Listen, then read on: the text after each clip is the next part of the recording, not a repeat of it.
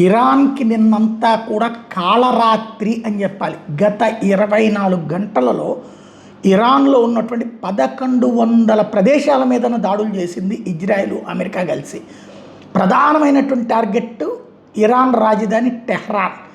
అక్కడ ఉన్నటువంటి క్యాంపుల్ని ధ్వంసం చేసింది, వేర్ హౌసుల్ని బాంబులతో పేల్చేసింది, అట్లాగే ఫ్యాక్టరీల మీద మిస్సైళ్లు ప్రయోగించింది, ఇన్ఫ్రాస్ట్రక్చర్ మీద డ్రోన్లు ప్రయోగించింది, ప్రభుత్వ హెడ్ క్వార్టర్స్ని ధ్వంసం చేసింది.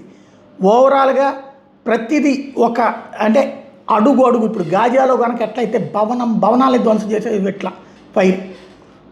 మొత్తం ఊరంతా పగలు రాత్రి 24 గంటల్లో రోడ్డు మీదకి జనం రావడం అనేటటువంటిది అసాధ్యమైన పరిస్థితి.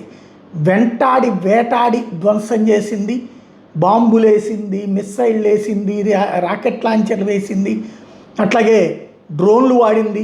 అన్ని రకాలుగా విధ్వంసం సృష్టించి కొన్ని వందల, టోటల్గా 1100 టార్గెట్స్ని ఛేదించామని చెప్తోంది ఇజ్రాయెల్.